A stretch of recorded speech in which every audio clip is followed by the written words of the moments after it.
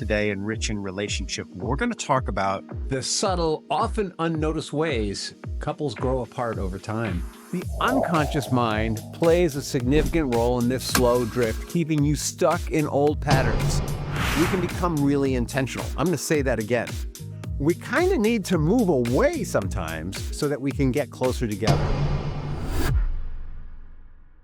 Welcome to another episode of Rich in Relationship. I'm your host, Rich Heller, and we are talking about the slow drift. Why couples grow apart without even realizing it until maybe it's too late. Do you feel like your relationship has lost its spark, but you can't figure out why? The unconscious mind plays a significant role in this slow drift, keeping you stuck in old patterns.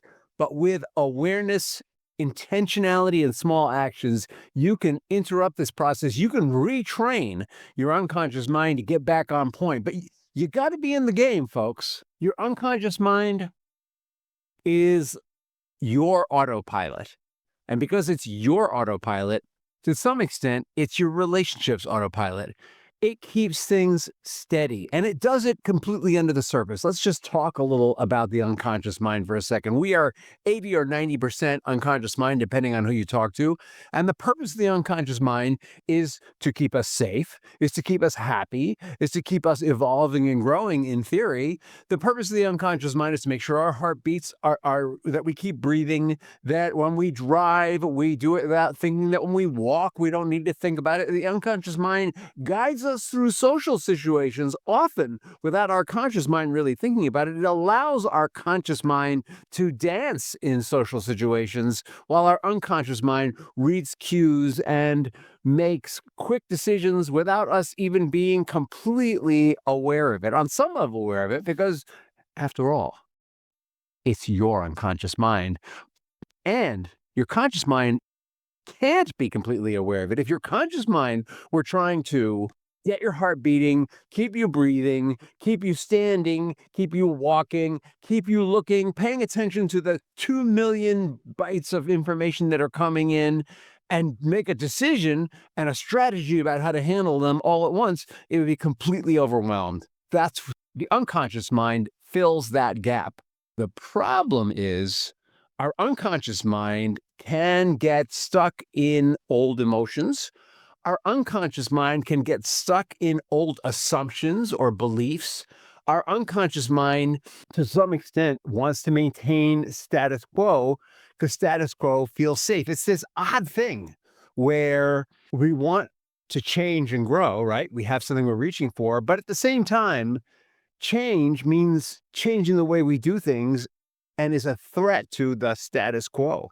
That's why as human beings, we like routine, sometimes too much. It's also why we intentionally set off to break our routines.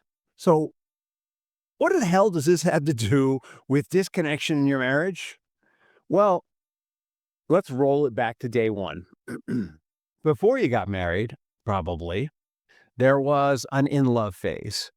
And in the in-love phase, you were 100% intentionally focused on one another, and your unconscious mind was 100% intentionally enrolled in that process. In love is not sustainable.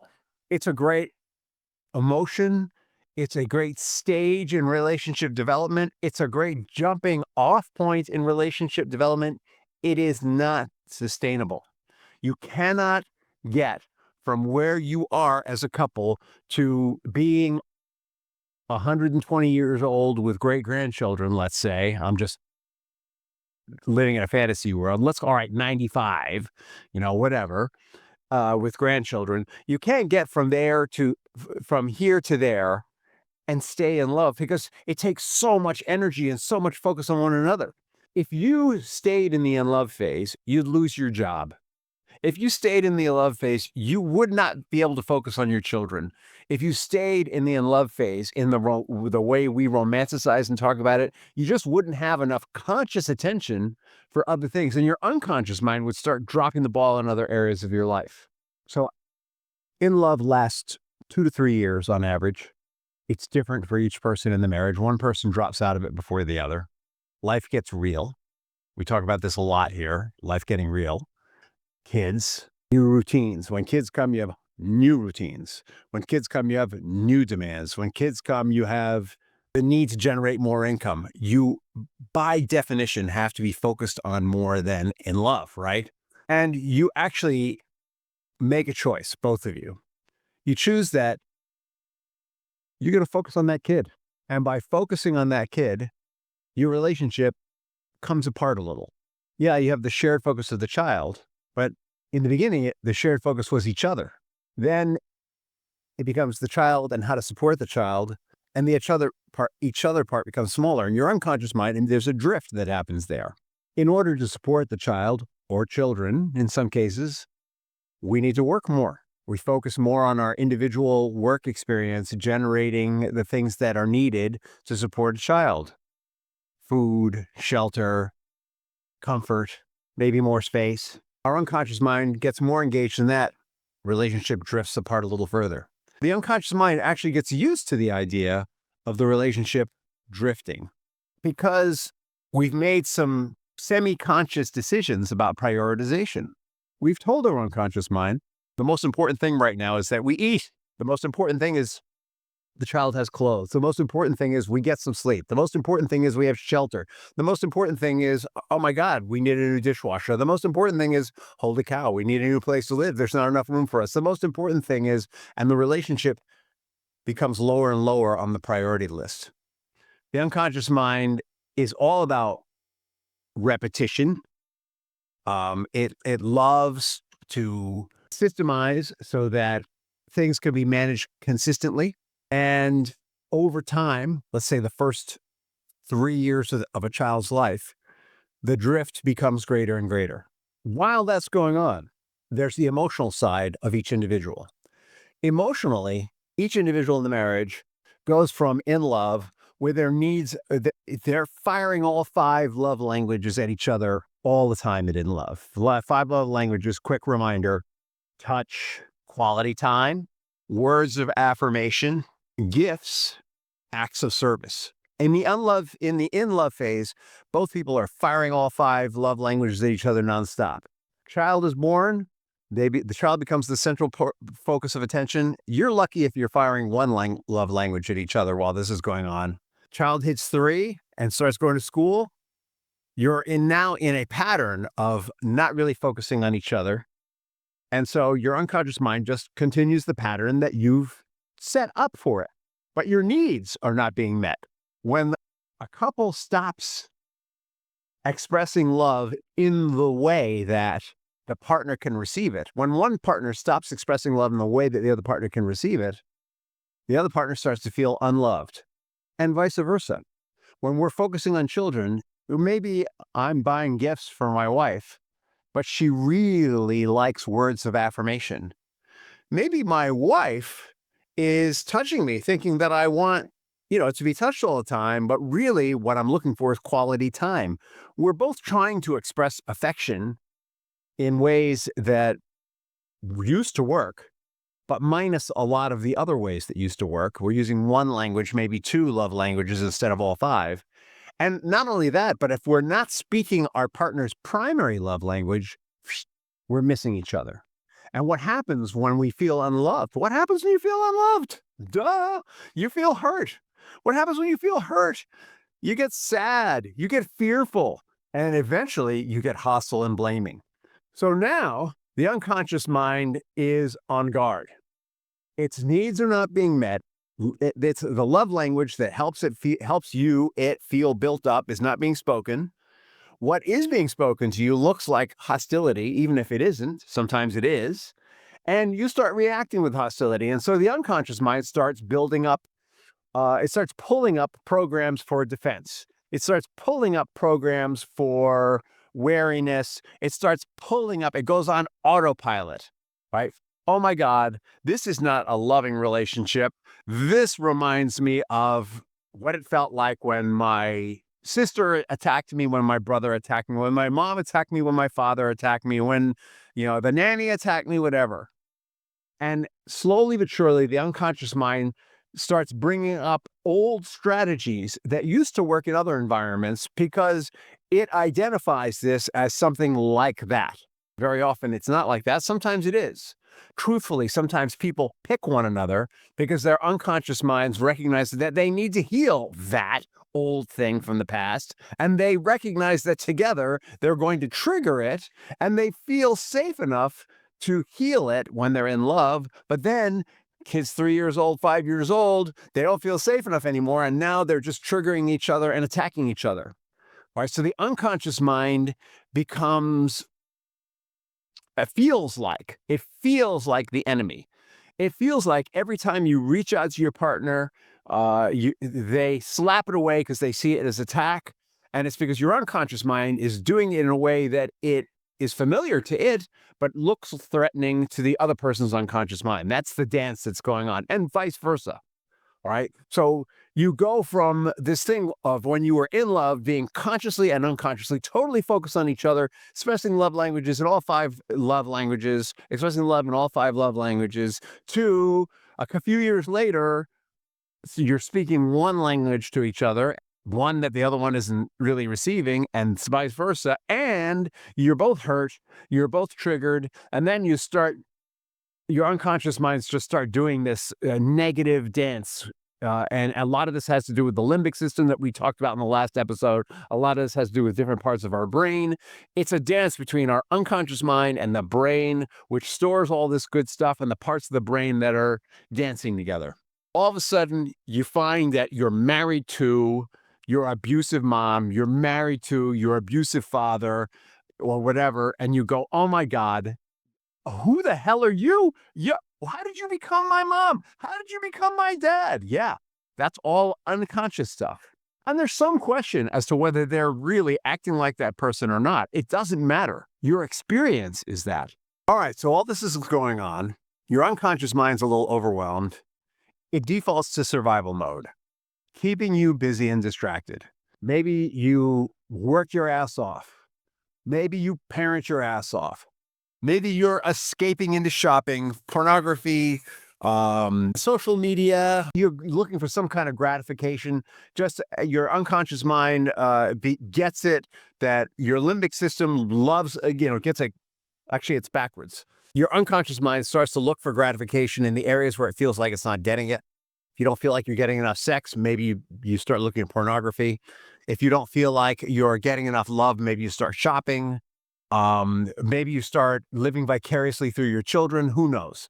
But your unconscious mind latches onto that, and your limbic system supports that decision by giving you pleasure when you do those things. It's a relationship between the two. And the last episode was all about the brain and the limbic system. So if I'm speaking Chinese, go listen to the last episode so that you're on the same page as the rest of us here.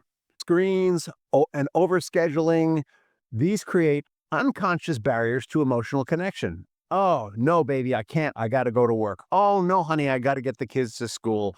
Oh, no, I need to go visit my parents. Oh, PTA. Oh, charity event, whatever. Or maybe you're going to dinner together and you're both just scrolling through your phones instead of talking to each other, because that's more pleasurable. When you talk to each other, you trigger the crap out of each other. So it's safer to sit down together and scroll through your phones. I don't know how you're doing it, but you're doing it, right? Wouldn't be here listening if you weren't. What I'm trying to get across to you here is the unconscious mind loves the familiar, and it wants to adapt. It doesn't want to be stuck. It wants what's best for you. And because you haven't engaged your conscious mind to say, hey, this crap's not working, the unconscious mind will just keep rerunning this nonsense all day long for the rest of your life if you want. Some people get divorced and they get married again. And then they find themselves right back in the same marriage, and they get divorced and they get married again. In fact, the statistics show that people who get divorced are 70% more likely to get divorced again, as opposed to the normal population, which is half of marriages fail. So what I'm telling you is people who get divorced are that 50% that get divorced, they, as a group, are 70% more likely to get divorced again. That means that out of the 50% who get divorced, 30% have successful second marriages. The other 70 go on to what? Rerun it. The difference between that 30% and that 70% is they change their unconscious pattern. They change avoidance. They change negative routines. They create positive rituals. They introduce small, consistent practices to consciously disrupt the drift. Gratitude lists, journaling, prayer, meditation, mindfulness, therapy, group work, working with a coach, mental and emotional release, screen-free date nights, regular trips together, regular meetings to discuss finance, regular meetings to discuss family, regular meetings to discuss social development, regular discussion of the things that are important. They create rituals and routines to make sure that their conscious mind and therefore their unconscious mind are in alignment and focus on the same thing. And when they hit a speed bump, when the unconscious mind brings up some stuff that's not in alignment with the change that the conscious mind wants to generate, they take the time to explore the stuff, release it, and move on. Because there are 4 steps to change, 4 prerequisites to change. I've talked about them before, and I'll talk about them again. 1, you got to let go of the old crap. If you're in Miami and you want to go to New York, you got to let go of what you're doing in Miami to get on the freaking plane. You got to let go of the work that you're doing in Miami. You got to let go of the people that you're seeing. You got to let go of all that stuff so that you can now create a strategy for moving before. I'm not even talking about getting on the plane, a strategy for getting to New York. That's part 2. Once you let go of any assumptions you have, I can just do this and get on the plane. That's not going to happen, by the way. It goes back to the thing of 4 frogs are sitting on a log. One of them decides to jump off. How many are left? 4. Because making a decision is not an action. Letting go of old stuff is the equivalent of, I've made a decision. Now I'm going to let go of anything that is going to keep me from creating an effective strategy for getting to New York. 2. Once you've let go of any old beliefs, any old emotions, you create a strategy. 3, now you act. You call Uber or you get in your car, you drive to the airport. Oh my God, there's a traffic jam. How do I handle that? I might be late for the plane. I might miss the plane. Oh my God, I missed the plane. I'm going to have to change my strategy. You might need some help with that. All right. You change your strategy. You keep your eyes on the prize. I'm going to New York. I missed my plane. I'm not going to get on a plane to Zurich. I'm going to get on the next plane to New York, right? And then you achieve the goal. The conscious mind needs to be engaged, and these 4 prerequisites for change need to happen in order for you to get there. So what's going to happen, let's just take that example. As you start to make the changes that you need to make to go to the airport, your unconscious mind may sabotage that. It may get in the way because it's used to doing things a certain way. You're actually going to have to inform your unconscious mind, hey, we're going to New York. Things need to change. We need to put in the routine for travel now. Otherwise, your unconscious mind is going to keep doing the same stuff and you won't get there. The same thing is true for your marriage, all right? You've had this slow drift going on because you've been a little unconscious. You've had this slow drift going on because you've been a little blamey. You've had the slow drift because they're a jackass. Whatever it is, you can change it. It doesn't mean the end of your connection. By understanding that part of this is just how we're wired, right? We sort of naturally repeat the same things over and over. We sort of naturally have to move away before we can come closer together. We can become really intentional. I'm going to say that again. We kind of need to move away sometimes so that we can get closer together. In love is an artificial experience of a future together. We have to pull away so that we can have a real experience of each other and help each other to move towards that future that we created in that artificial moment. And to do that, we need to be intentional.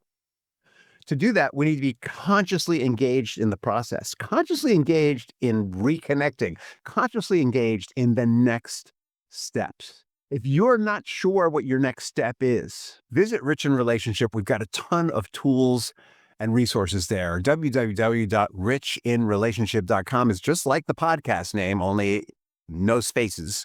richinrelationship.com. We've got tons of tools to help you with this. And in the next episode, we're going to explore what happens when emotional walls go up.